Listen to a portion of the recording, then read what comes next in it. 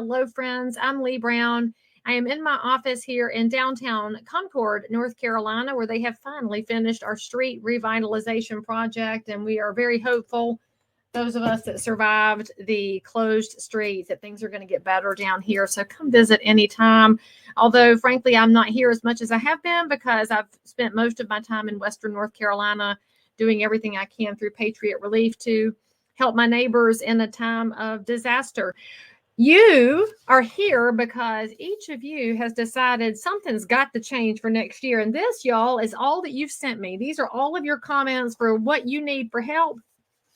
I'm going to do the best I can to address as many of your needs as possible. And if you know anything about me, you know that I appreciate y'all because I'm going to be answering these all year long. And you've given me lots of good topics here. Please introduce yourselves in the comments and take note of your peers that are here today because you're not alone. One thing we forget sometimes in the small business world when we get very insulated and we get very dug down into the challenges of running a business when the economy is crazy and we just came to the other side of a presidential election and we're thinking about next year. And if you're in real estate, you're thinking, what's next? You sometimes think you're all by yourself, but friends, you're not by yourself, not now and not ever. Now, we're going to do business planning a little differently than some of y'all have done business planning before. This is not going to be your typical boring hour, but I am going to share with you some tools to make your upcoming year amazing. If you did not download the homework, shame on you because it's free. Come on now. So go back to leighbrown.com/kicktail and you can download it again at any time, share it with a friend, and give yourself some tools for success. Now, the first tool that you will find I use is called the Simplified Planner. It is the same look. They do sell it at Target, but I haven't shopped at Target in 3 years because I hold a grudge. And so what you should know is that you can also buy this online. And at the front of my book, I have my recap of last year. So I'm going to have my 2024 recap of what I had for sales. Where did that fall in regard to my goals? I have my average sales price because I need to know where I'm having success with my marketing. And then I want to know what my success has been in regard to list price to sales price. And in real estate, you want to know how successful you've been at gauging the market and also what the story is. How many showings did it take to sell things? You've got to know what's happening in your business. And this is my 25th year in real estate. So it's important to watch the trends. And it doesn't matter what business you're in. You cannot rely on somebody else to know the trends for your business. If I look at what's happening in real estate, Charlotte is a different story than Concord. Concord is a different story than Kannapolis. And even inside our zip codes, it's an entirely different story, neighborhood by neighborhood, area by area, especially when the markets start shifting. And we're in a shifting market right now. If you are watching from, say, Austin, Texas, you're the one that's going to raise your hand and say that Austin's market has been in a bigger slowdown than other areas. Here in Cabarrus County, we've had some stronger areas than in others. But if you go just a little bit north on 85 up towards where the mega site is in Davidson County, Randolph County, Guilford County, their market's much hotter than here. And so it's a matter of knowing your dynamics so that you can plan ahead. I'll tell you the reason I use a written planner, as some of y'all know, I am of medium age, undisclosed years. I need to write things down to remember them. Some of y'all use online calendars, and I wish you all the best if you use online calendars. It doesn't do me a hill of beans because I have to have Michelle send it to me every morning so I know what I'm looking at. The other thing I want y'all to know is that our book recommendation this year is not actually on my desk here at the office. It's sitting beside my flower chair at the house. And if you watch all my videos, you know it's absolutely sitting at my house on the flower chair. And I think my stream just froze. Do not know what's happening in StreamYard today. I guess y'all can hear me because the clock is still running. Is the clock still running? And I don't have any idea what's happening here. So alrighty then, we're just going to have to assume the internet will figure itself out. Anyway, this year our book is on reputation marketing. Now, the reason for this book suggestion, it goes back to, I think 2015 is when it was written. I did suggest it to you in your homework, and the author is Joshua Klein, and it says you are the product, how to survive in an era of reputation marketing. If you are in any kind of a small business, you're in sales. And I don't care if you're a bookkeeper or a realtor or a mortgage lender, At some point, you have to convince somebody else your services are valuable to them. And what it boils down to in today's world is that your reputation is the best tool that you have. Now, what is your reputation? I would like that my reputation be one of honor and integrity, and that I speak truth, even if somebody doesn't agree with me. In the world we're in right now, a lot of people have chosen a pathway of least resistance, and the pathway of least resistance is to be all things to all people. And I'm going to tell y'all something. You cannot be all things to all people. That's a bill of goods that's been sold to you. And in real estate in specific, we are in a challenging era where our reputation as a profession has been maligned in the mainstream media. We have watched our professional trade association flounder for answers, and it is our individual businesses that have paid the price.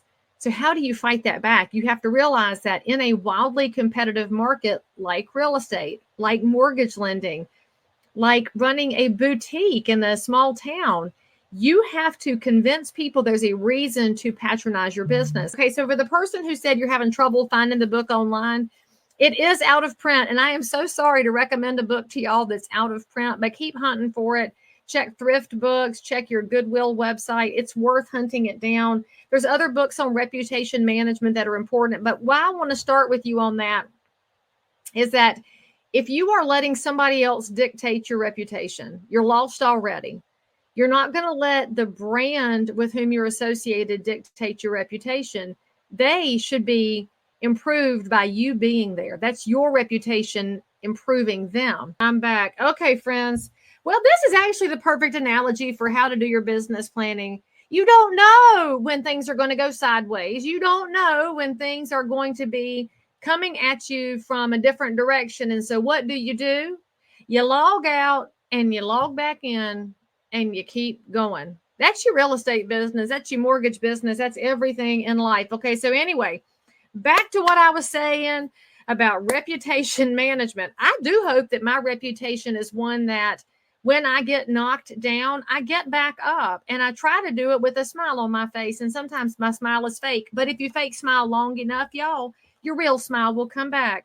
And I hope that y'all recognize me by my swoop in my hair, although in Relief World, I've had my North Carolina hat on. So that's why I don't even look like myself all the time. Okay, there's your reputation management. So it is a really good question. I want you to ask yourselves, how are you described in your professional life? How would your clients describe you? I will tell y'all, I had a lady I just met with. I showed a property right before we started our live stream today. And she came to me yesterday, and when she called, I answered the phone. And she said, y'all know what she said, right? I have called a ton of realtors, and you're the first one to answer the phone. I have been hearing that for 25 years. Now, I don't always get to answer the phone because sometimes I'm with someone. But I did answer the phone, and we had a lovely conversation. We went over all the information. And then when we met at the property, we had a meeting at my car before we visited the house to make sure she knew what had changed in real estate and how things operated. And she was asking questions about the area. She was asking questions about investment. She was asking questions about what the expectations would be. So what I will tell you is that you can be in control of some things. You're in control of whether or not you answer this. You're in control of whether or not you respond to text and emails. You're in control of some things. You cannot let outside forces dictate how your business operates. For the person who said you had trouble downloading the homework, it should not require you to buy any file viewer that might be in your computer. It's provided to you as a PDF. Okay. So now we're going to talk about what your business planning should include every year. The first thing I want you to figure out in that calendar, so written calendar or Google Calendar, however you look at it, I want you to know that you can control your calendar. Those of y'all that say you can't and you're terrible at time management, I'm going to tell you the hard truth here. The reason you're terrible at time management is you. It's nobody else's fault. And don't tell me that your clients dictate your schedule. They will absolutely work with you if you set some guardrails and guidelines. This is on you. But you have to determine what matters to you. You should also know how you're wired. I'm a morning person. If you try to meet with me at 9 o'clock at night, that's not good for me or for you. But if you want to meet at 8 o'clock in the morning, I had a wonderful breakfast meeting this morning because I'm on my A game at 8 a.m. That's me knowing me. That's me letting the other person know that so that we can meet in the best possible circumstances to get the best possible outcomes.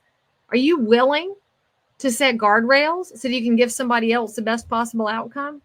I think a lot of people in real estate are not. And so this is where we come in here and we start looking at the answers to, okay, this person says, I need your advice on consistency. All right, here's what consistency comes from. It comes from setting a schedule. All right. And you're going to get there when you start to realize that you're an entrepreneur. Your day has to start at some time. Quit letting your day start when you feel like it's starting. Quit getting up when you feel like getting up. Set a schedule. Put yourself in military school. I mean, you remember being in high school. If you missed the bus, what happened? Well, where I lived out at the edge of the county, if I missed the school bus, well, I wasn't going to be able to bum a ride off my parents because they had to get to work. My grandparents I was never going to ask my grandparents for a ride to school. I would have to call Gary Stewart and bum a ride off Gary, and he couldn't stand when I called him. So I did not want to have to call him. And if y'all know Gary, you know he hated driving me to school because my best friend Carrie was dating him. It was very dramatic. So I would get all the scoop, but I didn't want it. There's a consequence to you not having a start to your day. There's also a consequence to you not having an end to your day. So if you want to build in consistency, start your day and end your day. And I know that sounds basic, but in entrepreneur world, we have a tendency to work 16, 18, 20 hours and never turn it off. And then you get burned out and exhausted. And so you stop being consistent in your actions. For those of y'all that have trouble turning off social media, put it in your calendar. I'm going to check my social media at 9 a.m., but my day starts at 8. Maybe you start your day with client phone calls and getting everything properly set up so that at 9 a.m. you could check your social media messages and get those off your plate and then close it back down and get moving. Check it again in the middle of the day. Check it again at the end of the day. I look at social media like caulk. I want to caulk my day with it. So if I have a gap, I'll check in and see what I need to deal with. But it is not the foundation. It is not the bricks. It is the caulk.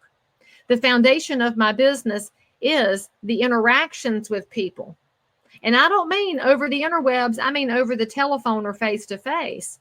Look at your business. Go back at 2024 and say, where did my business come from? Where did my business come from in 2023? How about 2022? I can say that I've had a lot of conversations with my past clients by doing relief work. So for those of y'all that are asking questions about how to grow your business, maybe if you pick a volunteer outlet that is a passion for you, you will let that feed your business. Now, this does not work if you're volunteering somewhere where you don't have a passion. You've got to have a meaning behind what you're doing. I care intently about North Carolina. I care intently about the best outcomes for people who have been treated poorly.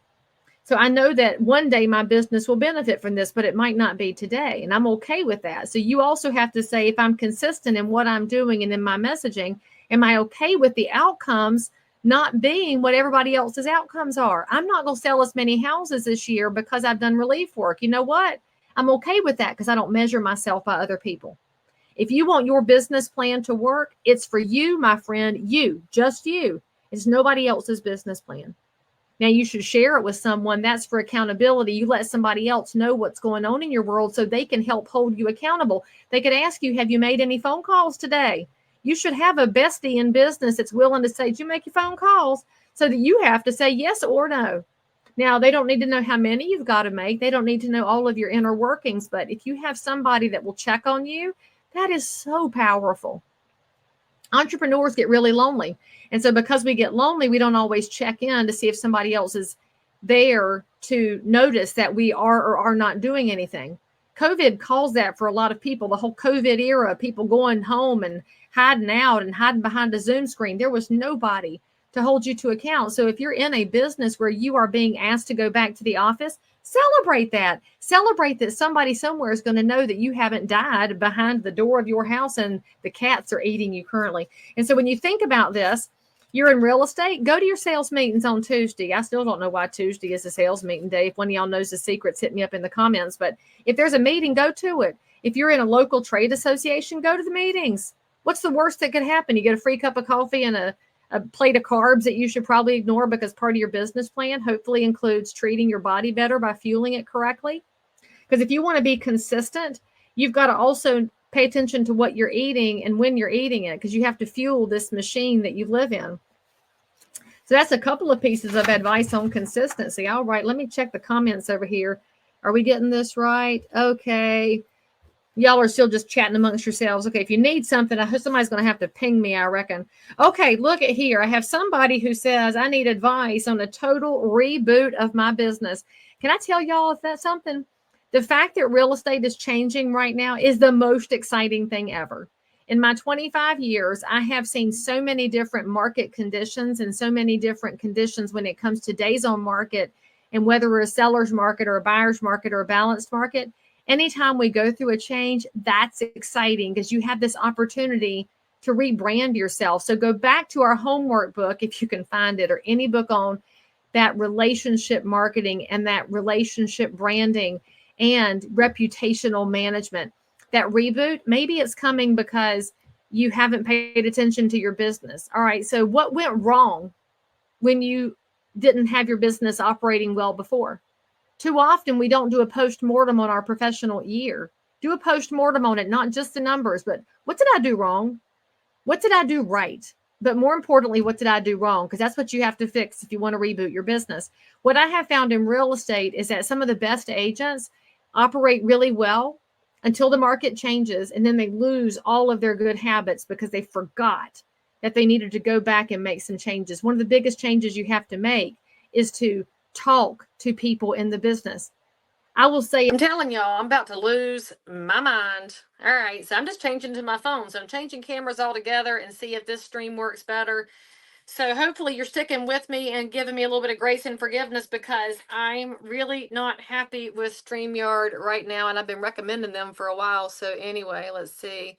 Many of you hopped on and off. Yeah, I know, Julie, this sucks.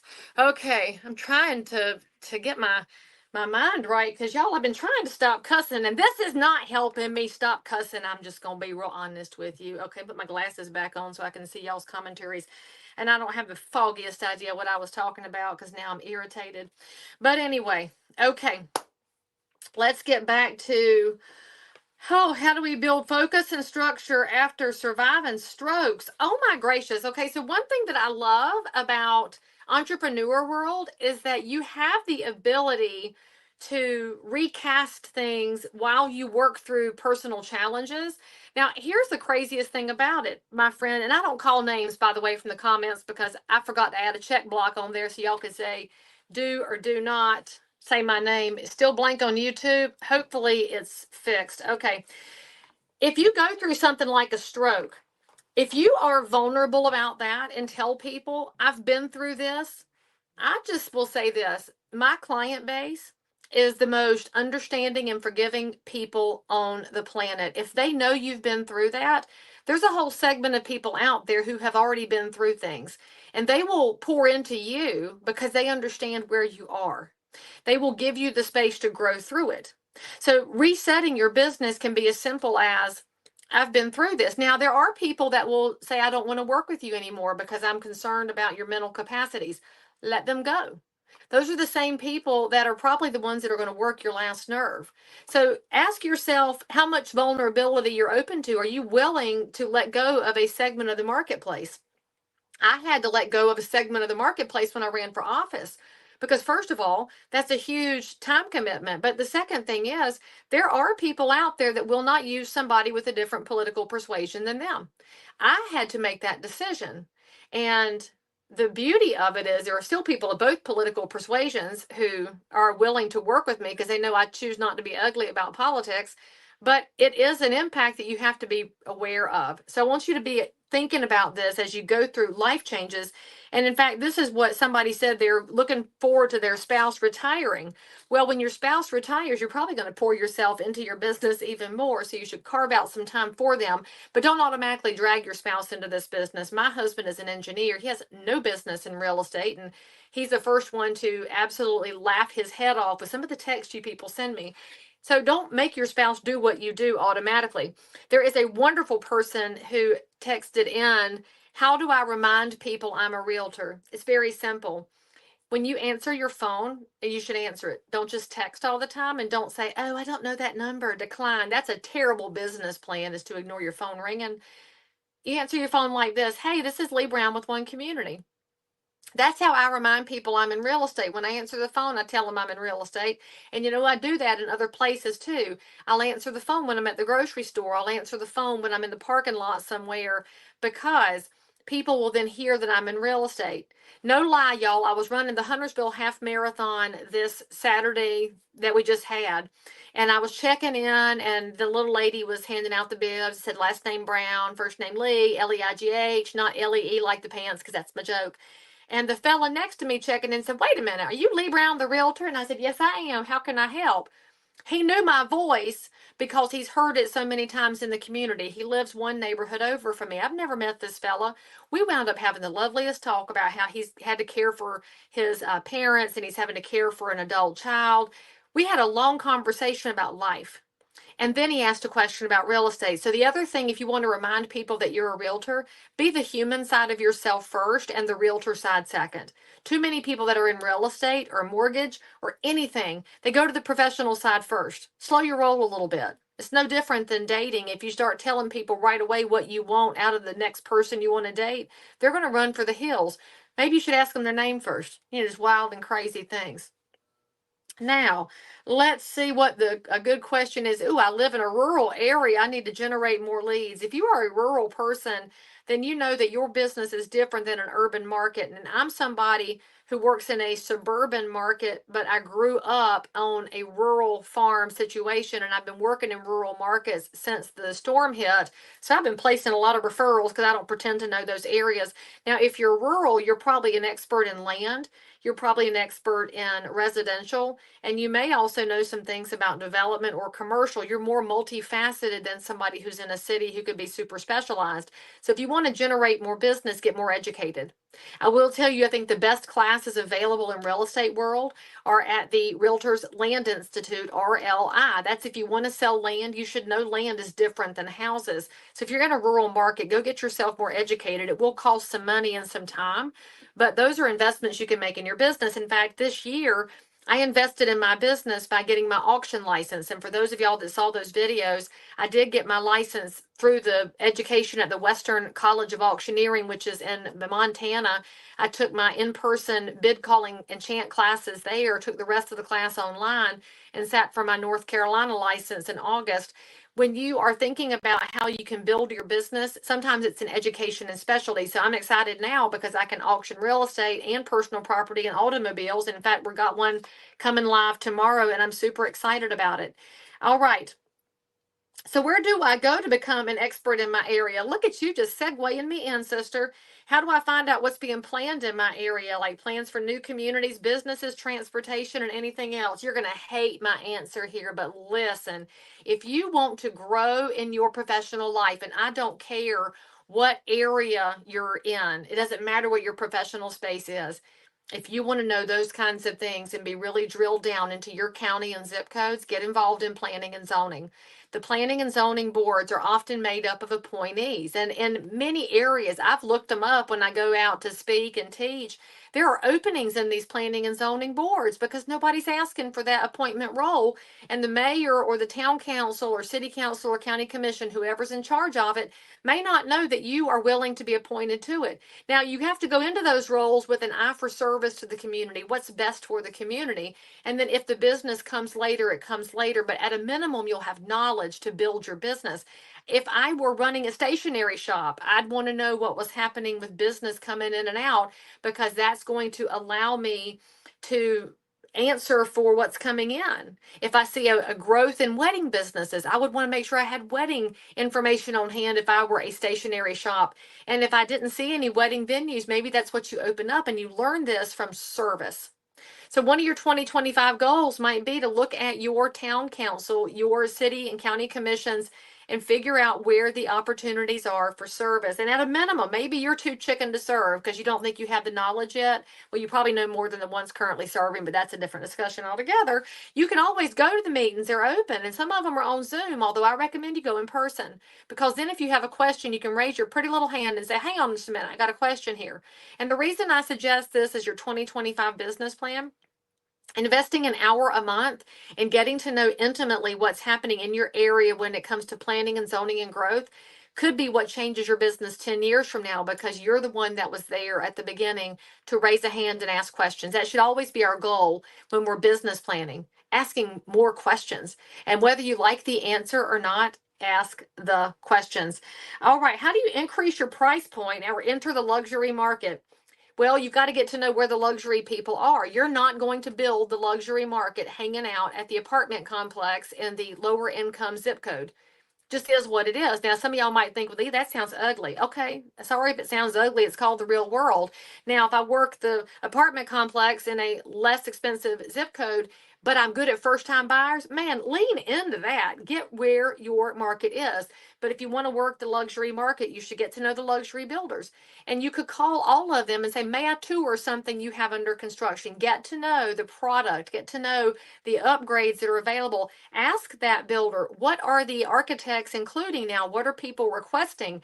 Become an expert on the next level of luxury. Instead of looking back at the 20-year-old houses, look at what's being built now. Then, as you're out there getting to know the product, you're going to be in the neighborhoods where there's luxury houses. So drive around, get familiar with them. And if somebody's out for a walk, roll down your window and say, hey. Don't be, gross and stalky about it, but just roll your window down and say, hey, how do you like living here? I'm a realtor. I want to know what it's like to live here. Just ask for some opinions. They might say, I wish it had a pickleball court, but I love the pool. I love this. And just, you might get sued by your local board, Shannon, girl. That's a whole different discussion, but keep asking questions, even if your local board gets grumpy with you. You know what I'm saying? So get out there and get comfortable. And by the way, the luxury market in real estate is some of the easiest to break into because so few agents market into it. Because you know why? You don't think you're quality enough to sell a luxury house. If you're like me and you grew up in a regular house that my mom and dad were building when they were pregnant, well, my mom was pregnant. Let's just be honest. Only one of us could get pregnant, but my mama was helping roof the house. And so they were doing the house themselves because they didn't have extra money. I come from a background of people who figure out how to have enough, but we don't have extra. So I even felt like a country bumpkin going to our good mall in Charlotte, South Park Mall. I feel so out of place there even today because y'all know I buy everything on clearance at Marshall's, and that's just not my jam. But in the luxury world, you have to walk in with the confidence that says, I might not be of this world, but I can learn this world. So maybe don't tell yourself that you're limited. Maybe tell yourself you can be anything that is available through education and through confidence and through making an effort. You would really be surprised. I have shown a lot of luxury homes and I've sold many, and the marketing is subpar compared to a $400,000 house. Why is it subpar? Because that agent didn't feel they had to really compete harder. So be like Avis, I'm number 2, so I try harder. That's how you're going to get there. Oh, look, here's somebody says, I need to be true to me and my business and focus what matters to me and my family. Y'all really want the real world here about what's going on? Look, are you going to be willing to be canceled for your beliefs? Are you going to be willing? So you've got to be willing to be something, y'all. And I know this might not sound like business planning, but I'm going to tell you it really is. We are in a world right now where a lot of people are afraid of being attacked by trolls and commenters in the internet. The internet is full of people who hide behind keyboards. You're going to have to be bold enough to say, this is what I believe, and I'm comfortable with that. I'm comfortable with myself. And this means that what my beliefs are might be different than your beliefs, and we can still be friends. What? Exactly. Because if you're comfortable and confident, that comes out of everything. And that's how you learn how to be true to your family. When you learn how to tell people, I cannot meet you on Friday evening because we have a Christmas play at the church. Go to the Christmas play and don't be on your phone the whole time either, because you need to be where you are. There's my big advice. Clip this out. Be where you are. Turn the stuff off and focus in. You want to make your family know they matter, focus on them. All right. You've got to get this, y'all. And I can tell you this, the more outspoken I am about who I am and what I believe and where my strength comes from, the more likely I am to attract people who want to be in that space with me. And I'm also going to repel the people who don't want to be with me. And that's okay. Because real estate's a wildly competitive business. I don't care what you read in the comment threads on the mainstream media, our business is really competitive. And that's cool. Because that means in the public, you can find somebody that you could connect to. Because the connection matters more than anything. And as it turns out, this matters in landscaping, this matters in home building, this matters in home inspection, it matters in lending, it matters in being a headhunter. Wherever you are, when you're able to connect to people, the service just naturally expands.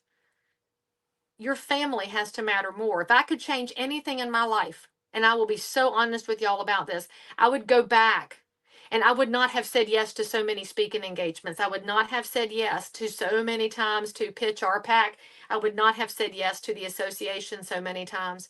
But I said yes because I believed it was in service of a greater good. Now I know that I traded the service of a profession for being around my kids. And I spent a lot of time with my kids. I wish I'd spent more because now that I've launched my little birds, I wish I could go back. And you can't wish anything like that. So all you can do is say, here's what I did well. Here's what I want to do better. And that's how you focus on what matters to you, is understanding it. Now, how do you, here's a very specific real estate one. Okay. How do you explain to buyers that now is a perfect time to buy a home? Okay. First of all, get out of your way. It's not the perfect time for everybody. You realize that? One of the biggest lies ever told in real estate is it's always a great time to buy or sell. That's not true. However, it's always a great time for somebody to buy and sell. Some buyers need to buy right now. Some buyers do not. So you have to be willing to be in that uncomfortable conversation that says, just because you're in the golden corral does not mean you need to go to the chocolate fountain. Because some of y'all need to step back from the chocolate fountain, and you know who you are. And I'm not even calling your names out, and you can be mad at me all you want. You know. You know. So when you already know these things, you're going to have to lean into it and say, look, Mr. Buyer, Miss Buyer, it may or may not be the right time for you to buy. Then they're going to say, well, hang on just a minute. How do I know if it's the right time for me? And we'll say, well, let's talk about why you want to buy.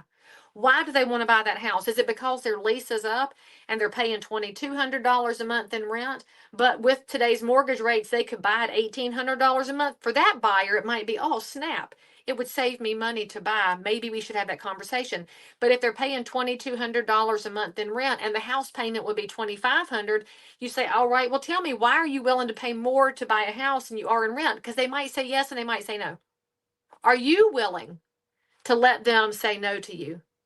That's the biggest marker for how your business can grow, is when you allow people to get what they want. In fact, the most successful business people let somebody else get what they want, and then you benefit later. But are you willing to do that? Because the question you asked here says you want to tell all buyers it's a perfect time to buy a home. It's not always perfect. Now, for the ones that are waiting for interest rates to come down, I want you to also be willing to talk to somebody who's older than you. My first house was at 10.75 interest rate. It was high. Didn't matter to me because the payment worked. So what I want you to tell your buyers is forget the rate. And that crap on the internet, marry the house, date the rate. What kind of crap is that? Quit telling people things that don't help them figure out a good solution, y'all. It's just because you saw it on TikTok or Instagram does not mean it is good advice, okay? What you want to always drill buyers down to is, what's the payment situation? Can you handle the payment? And I did a whole video on this. Y'all can look at it. I help buyers by looking at PITI plus, principal and interest. That's what they get off of any internet website. Taxes, you always got to plan for taxes going up because our government has a serious problem with spending, and that is not exclusive to DC, y'all. That is also our states and locals. They are out of control. And then insurance, which is the biggest problem child we have in the world right now that is not being addressed. You want to talk about the kid that needs to have what did my daddy always say? I'll put a knot in the back of your head. We need to put a knot in the head of insurance. It's a problem. So your buyers need to plan for all of those expenses, and you need to have that plus in there. I tell my buyers, be prepared for an increase. So whatever the PITI is, The P and the I you can pretty much count on if you did a fixed rate mortgage. The T is going up and the I is going up. So do you have a plus in there so you can handle it? Then you can tell them it is or is not a good time to buy. It's not the rate, it's the payment. Always, always. Now, where does she think? Look, you didn't know you were talking just to me, friend. Hey, what's up? I read all your comments because I'm a control freak. Where does she think the market is headed in 2025, moving to a neutral market but slightly favoring sellers due to inventory? Baby, it depends on your zip code. So it just depends on where you're located as to what your market conditions are going to do. This is the thing that no app can get their head around, and why AI is only going to replace lazy agents or lazy lenders. The internet is never going to understand the micro nature of your market, which is why if you're the one on planning and zoning, you're going to know way more than AI, which is old, and way more than the apps. So be the person who knows the marketplace you serve. And this again, if you're in the fitness market, we know everything in the fitness world, those little pop-up shops. It always goes in these really hot cycles. Burn was popular, then Orange Theory, and then it was this F45 thing, which is really expensive. And so you start looking at it. What's the next trend? Those trends move all over the place. So what are you going to do to be responsive to that, to be ready to survive? Well, I think in the real estate market in 2025, there's a lot of people that think things are going to get better immediately after January 20th.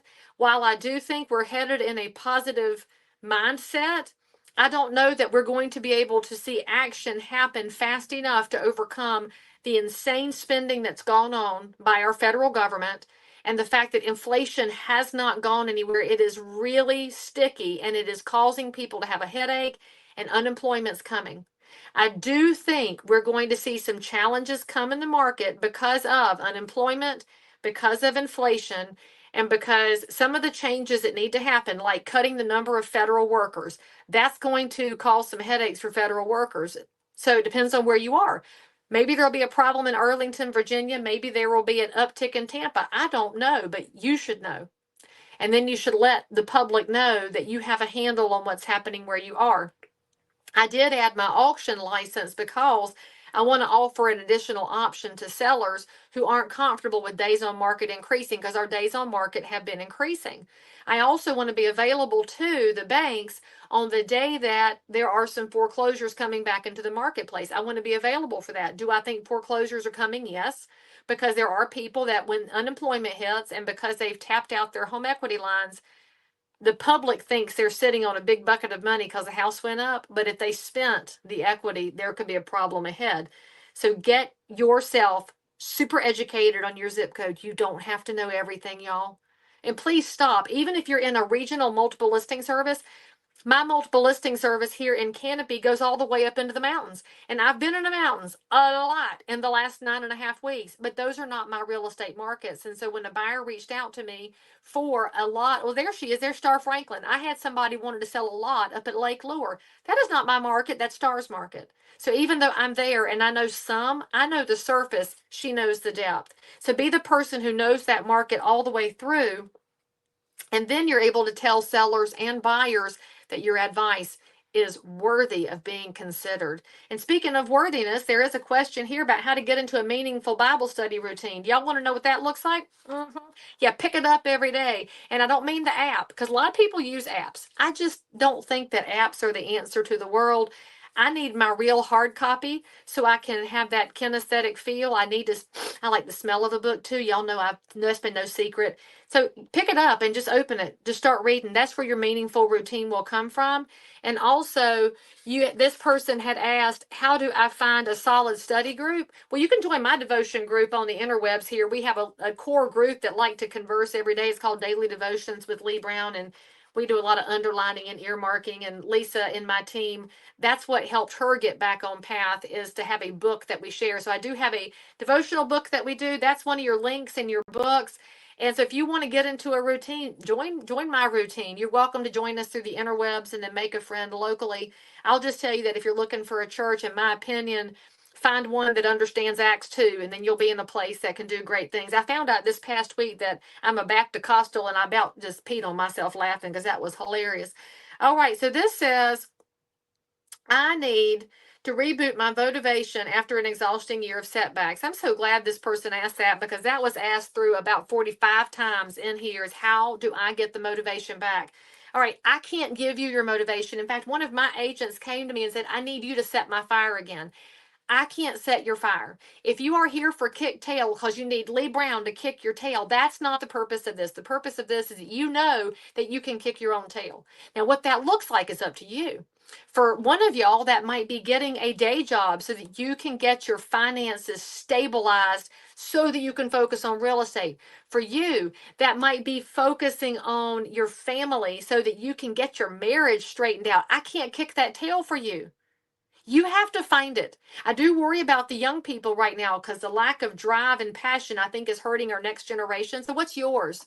What makes you get up in the morning? What sets you on fire? I am currently set on fire for how my people in North Carolina have been let down by the very institutions they put taxpayer dollars into. That's what has me on fire. That's where my energy goes. That's what gets me up in the morning. What gets you up? And I do that because Jesus told me to. Do you get up because somebody told you to? Because you're not going to be sufficient to tell yourself. You probably shouldn't be your own God. That's the biggest thing I can tell you. If you don't know the Lord, I'll totally be glad to introduce you because he and I are super good friends. But what I want you to know is that there's something going on here that's bigger than you. And when you start to look up and out and say, this is bigger than me, so maybe I can be a part of it, that's where your motivation will start to come from. If you look in here, this is not sufficient. Our society is narcissistic. Our society has said self above all. That is not motivation. Don't do that. If you're in real estate, go find somebody that needs your help. Find that first time buyer. Find that Section 8 person. Did y'all know that a Section 8 person who's on a voucher has down payment assistance through Section 8? Be the person that says, you know what, if I can get somebody out of Section 8 and into a house with down payment assistance, shazam, that's going to get my motivation back because you're serving somebody that nobody else will help. Go do that. If your motivation is the biggest possible paycheck, go learn the luxury market. Go stretch into a different place because you have to go find something that's interesting to you and is fun to you. That's why y'all want to go back to this book where we talk about reputation management. What's your reputation? Are you known for being somebody who's stretching and learning and growing and that you make mistakes, that you keep going? What an amazing reputation to have.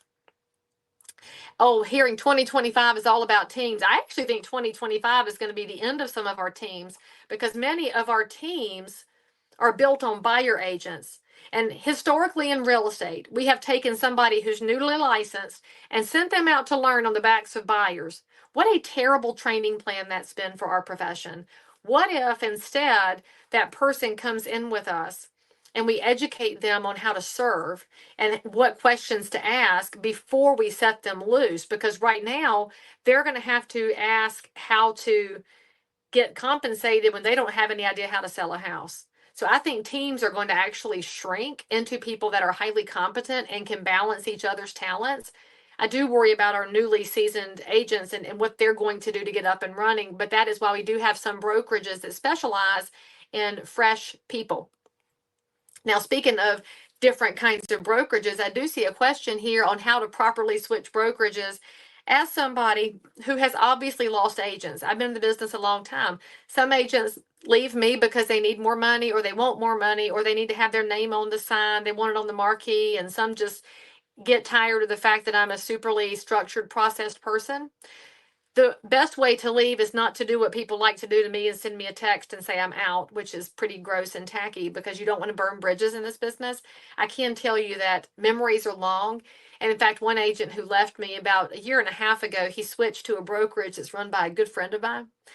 And he stole a listing along the way. And so I called that broker friend and I said, just so you know, I'm going to send you a referral form for this stolen listing.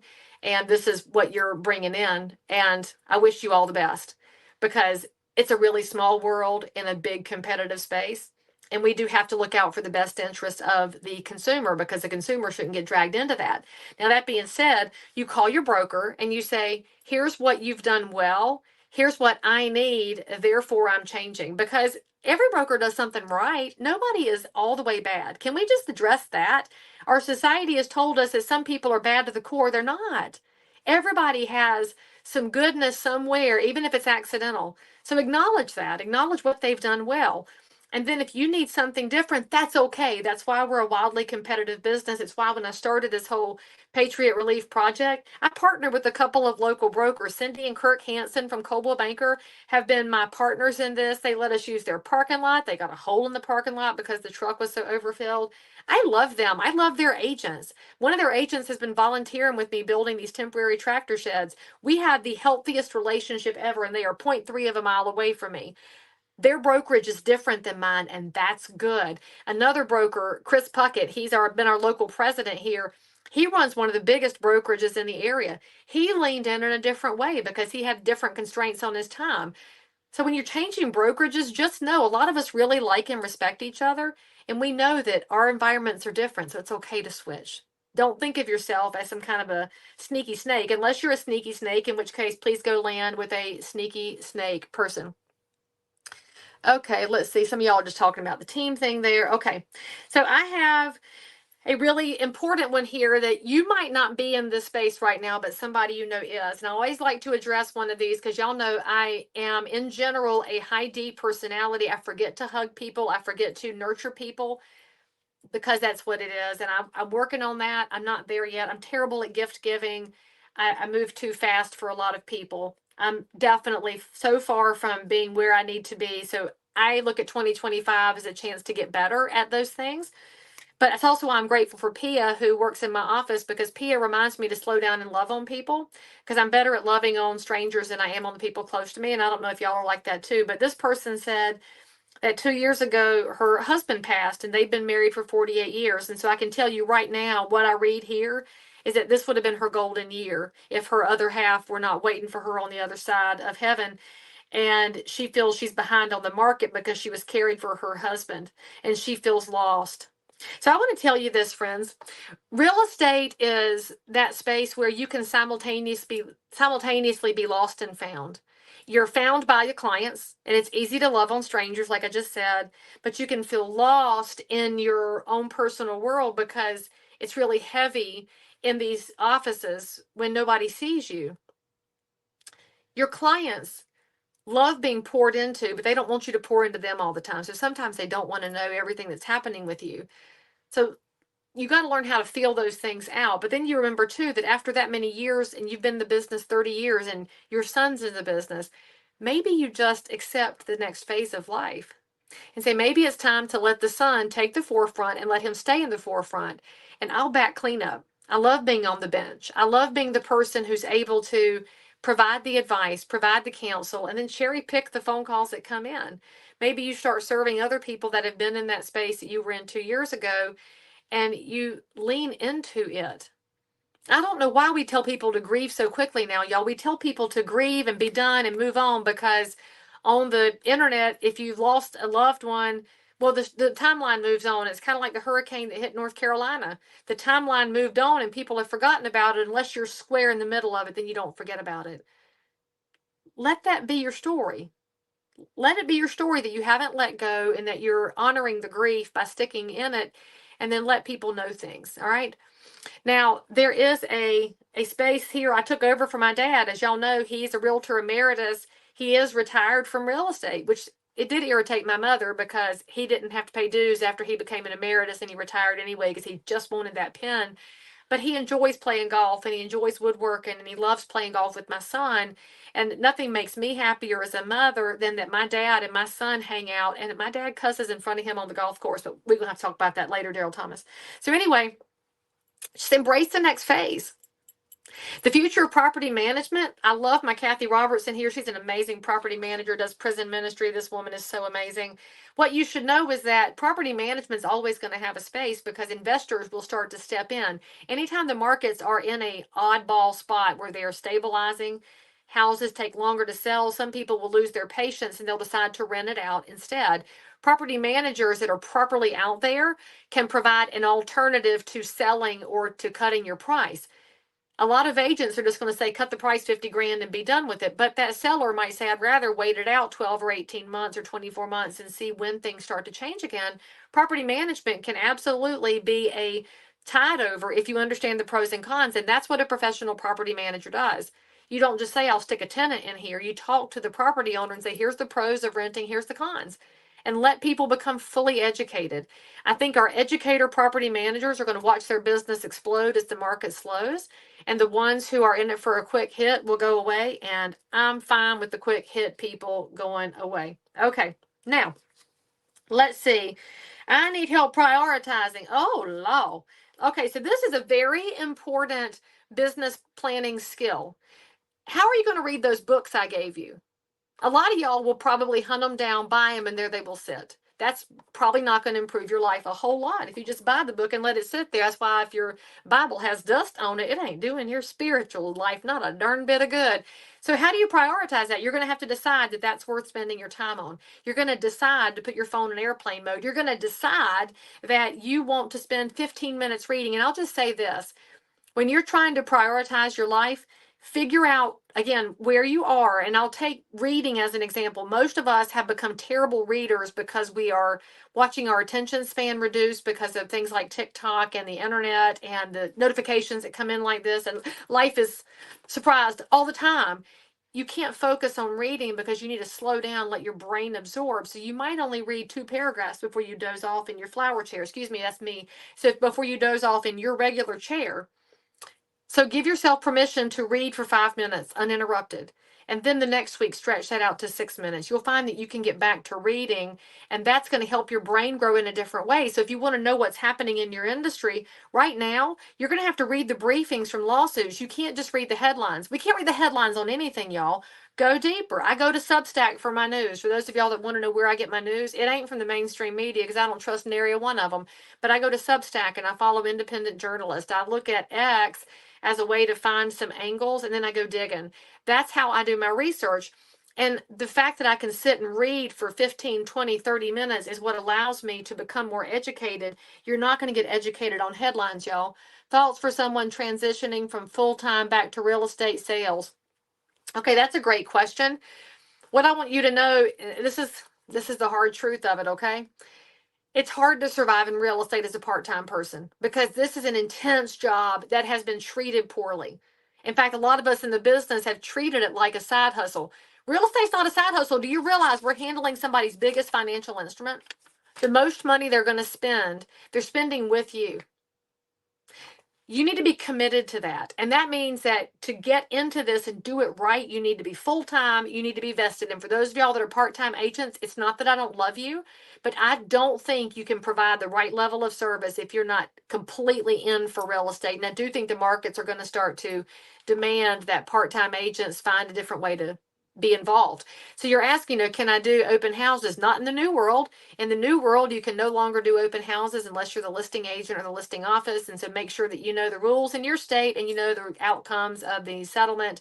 And also, can you do flyers? Can you assist? Of course you can assist. That's a different job function. And it's a great way to learn the business is to come in and get educated on how the business operates before you touch a client. So my suggestion is this. If you're licensed and working in an assistant role, you still don't touch clients. If you are unlicensed and working as an assistant, obviously you don't touch clients. You learn as much as you can before you go into dealing with clients, but then I want you to be all in. If the public deserves anything right now, it is people who are vested in the best outcomes of their real estate dealings. Which also goes back to this, how do I get started in real estate? How do I get jump started in real estate? Oh, how do I get strong in real estate out of the gates? Well, you have to have 6 months worth of savings because real estate, even in the commission changes, is still a roller coaster until you've been in long enough for it to stabilize. And for the record, it's 10 years before it stabilizes, which you will actually know that that is not long in real estate because it'll fly by. I mean, 25 years, obviously I haven't aged. What? Let's see, I'm in creative real estate investing. So if you're thinking about investing in real estate, I do think it's well worth your time to get interested in that and get educated in that before you start doing anything with it. Too many people jump into real estate investing because they went to a class or got in a Facebook group and then they wonder where their money went.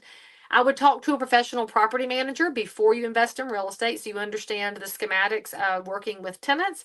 I would also suggest that you understand the numbers and what happens in a vacancy. Okay. Trying to decide if I need to change companies after 23 years. My cut is great, but a cut of nothing is nothing. I hate Mark Cuban. I don't hate Mark. I'm trying not to hate anybody. I do not care for Mark Cuban. I think he's a blight on the existence. But he does say something really good on Shark Tank, and he says half a watermelon is better than a whole grape. I'll just tell you that if you're changing brokerages, look at the whole picture. And the biggest thing I would look at is the culture of the people that are in that brand. Are you going to be elevated by being associated with them? Are they known for honor and integrity? And do they share? And are they kind and caring? Or will you be brought down by being affiliated with them? And then you should know if you go with that brand. It's not the brand, it's the broker. Every single time. There's good brokers in every brand. And the same thing goes with any franchise business you're looking at. Oh, that's right. So there is my coaching program called Ask Leigh, and a person mentioned here that program. I rolled it out last year. It's called You Ask Leigh Answers. I'm trying to keep it super inexpensive so that it's accessible to people who can't really afford to have personal coaching, but you can still ask personal questions and I'll answer those as we go. You also get access to everything I've ever put on the internet. So that's You Ask Leigh Answers, and I think that was in your login code. Let's see. How do I, as advice as a mom and businesswoman, had a baby this past year. High five, honey. High five. Good job making life happen and bringing that child into this world. And your career flatlined. Okay, that's good because that means you were probably breastfeeding and keeping somebody else alive. So high five on that. That's hard work. Let your clients know when you have a new agent in training. One of my best marketing pieces I ever did was after Cora was born, and she's 20 now. I sent out a postcard that had her picture on it, and it said, I can't take calls for 18 years. Call my mom in the meantime. People kept going, I love her. Isn't she precious? I don't mind using my kids for advertising. I also took down a domain and I put it on their little shirts that they wore to school. So my children were like NASCAR real estate kids. I don't mind branding things. I'm way over my time, but the internet kept crapping out. So I'll keep going with y'all a little bit if you want to stick with me. Okay, I have a couple people who know I'm an introvert. So I'm going to have to answer this question. Those of y'all think I'm not an introvert, do a little bit of study on it. There's a book called Quiet, which is one of the best books ever for understanding introverts. What that means is when I'm around people, my battery drains really quickly. And if you watch me, I will make my way to the edge of the room and then I will vanish because I've had it with you people. I love y'all so much. You extroverts, the longer you're in the room, the more your battery goes up and you get all wound up. I like being on the stage. I like educating and teaching. I like one-on-one conversations, but I get so drained. And that's part of the challenge I have to overcome because lead generation can be hard for introverts because we do get drained.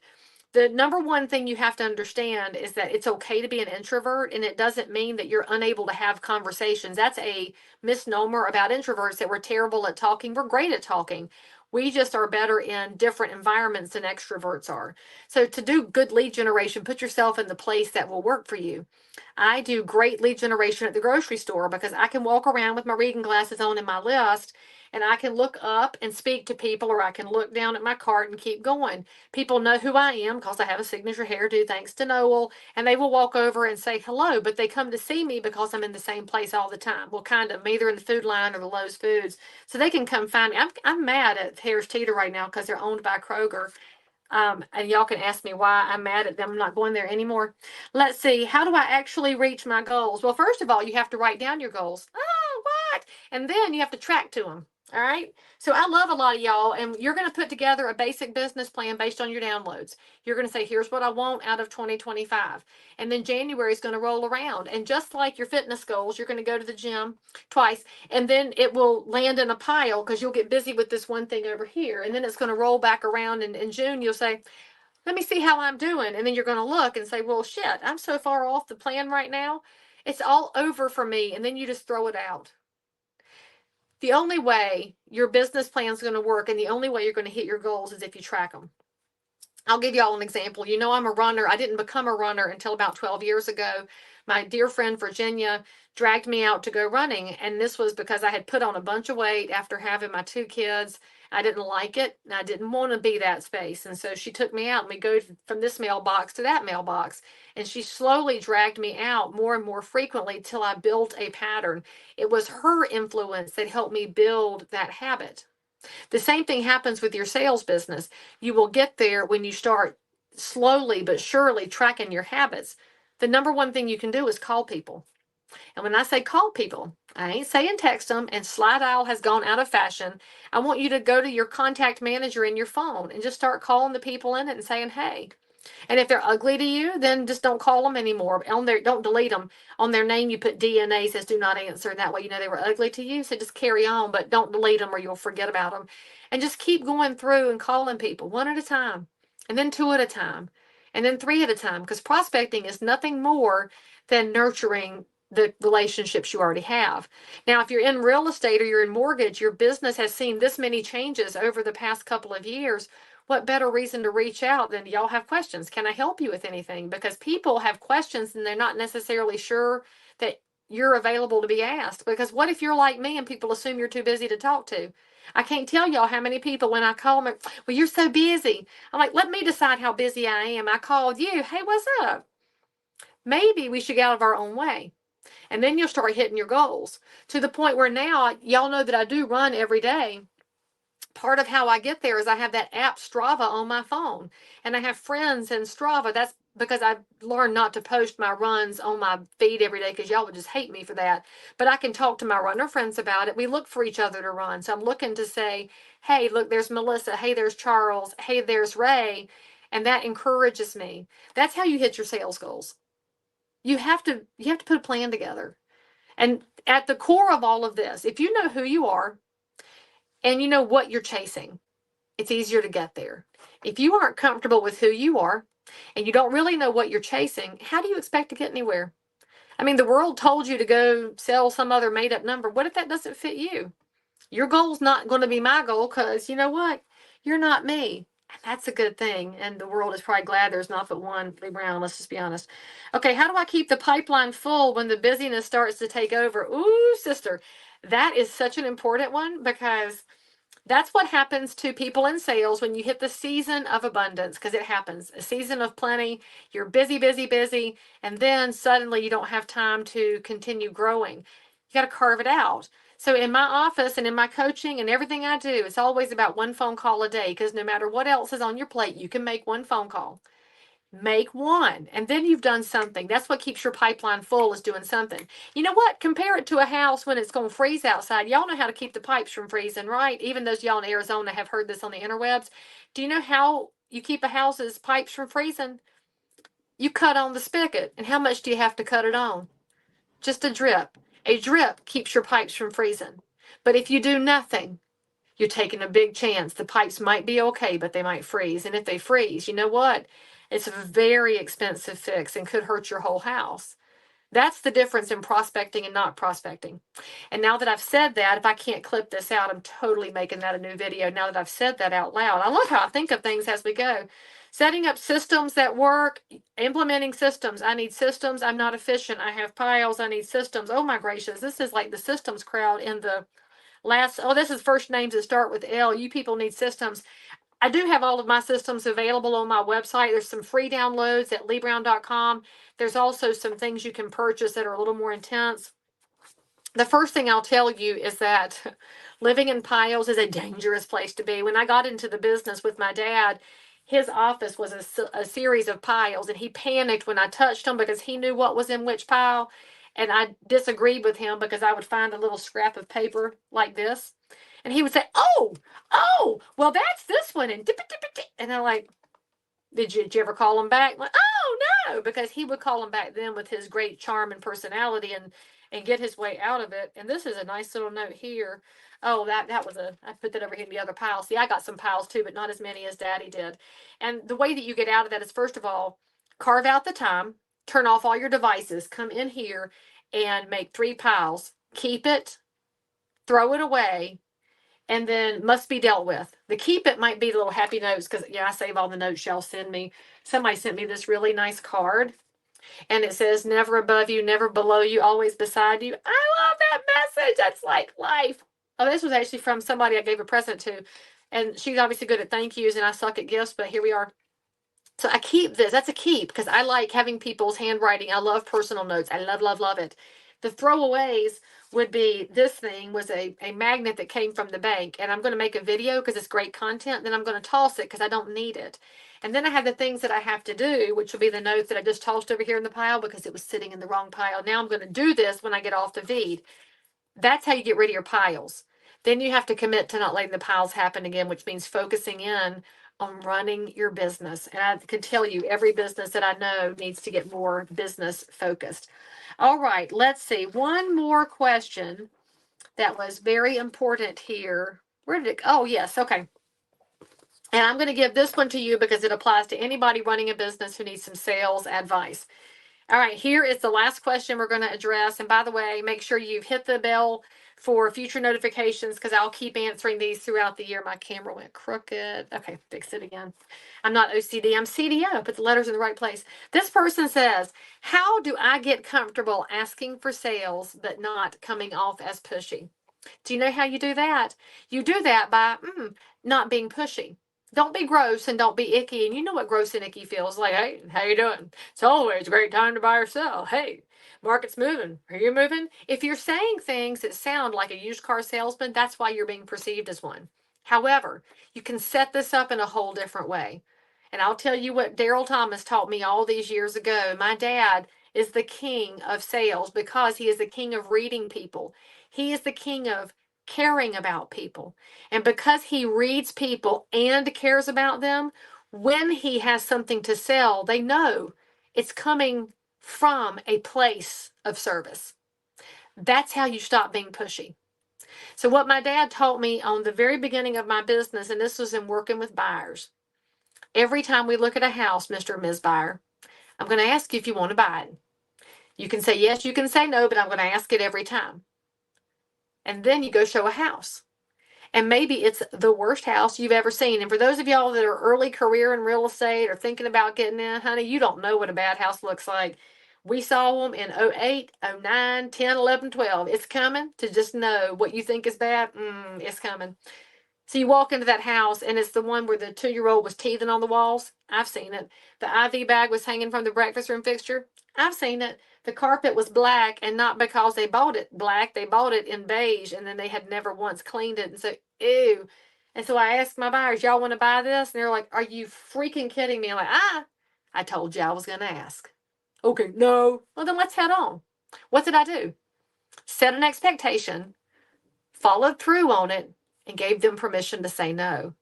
And that means when you walk into the next house and it is perfect, then you watch them. And one thing we know in real estate is when a buyer wants it, their little eyes start to sparkle. And it's the coolest part of the business is when your buyer wants a house and they start to get really jumpy.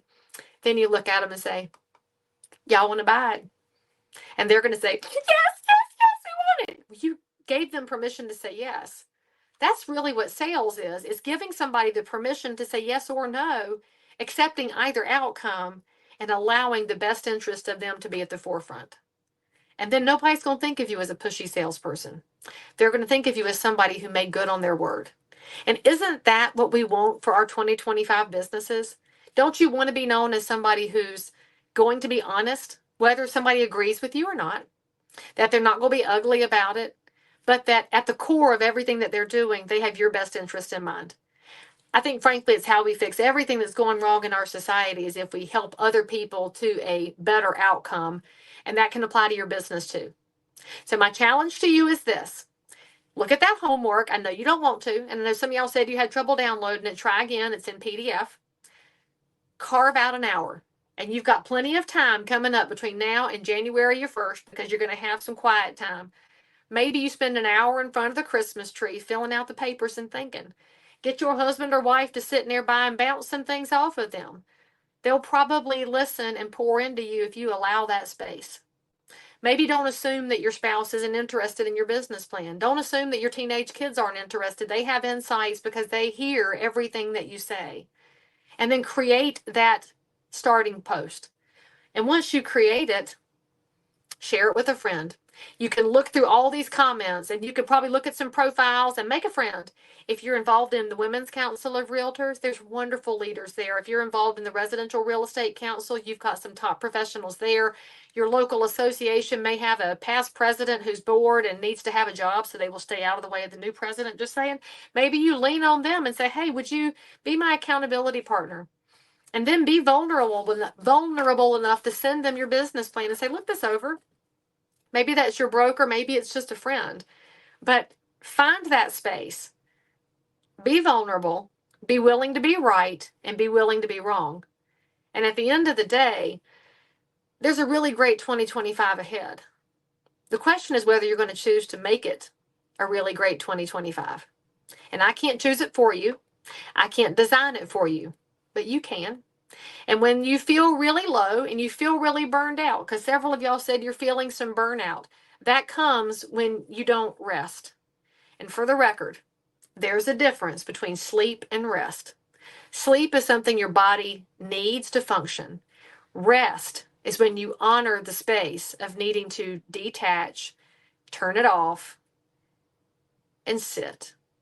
And in a perfect world, when you sit, go ahead and talk to God. Let Him talk back to you too, because if you're doing all the talking, you can't hear. It's also good business advice for 2025. Maybe listen a little more, hear a little more, and pour into somebody that needed somebody else to pour into them.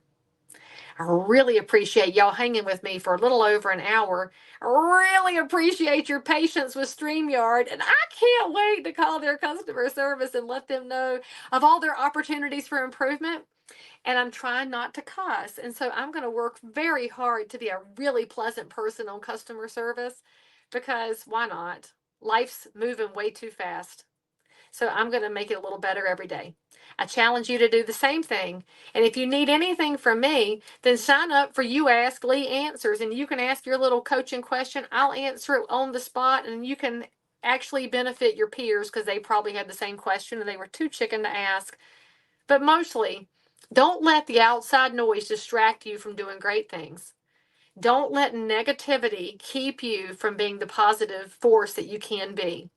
And when things around you don't look right, then maybe you have to decide to make it right yourself. I'm Leigh Brown. I'm in One Community Real Estate in Concord, North Carolina. I'm sending you love, lots of amazing Christmas wishes for a beautiful season, and the happiest of New Year's. But don't let January 1st be the end of your 2025 plan. Okay? Get better the whole way through.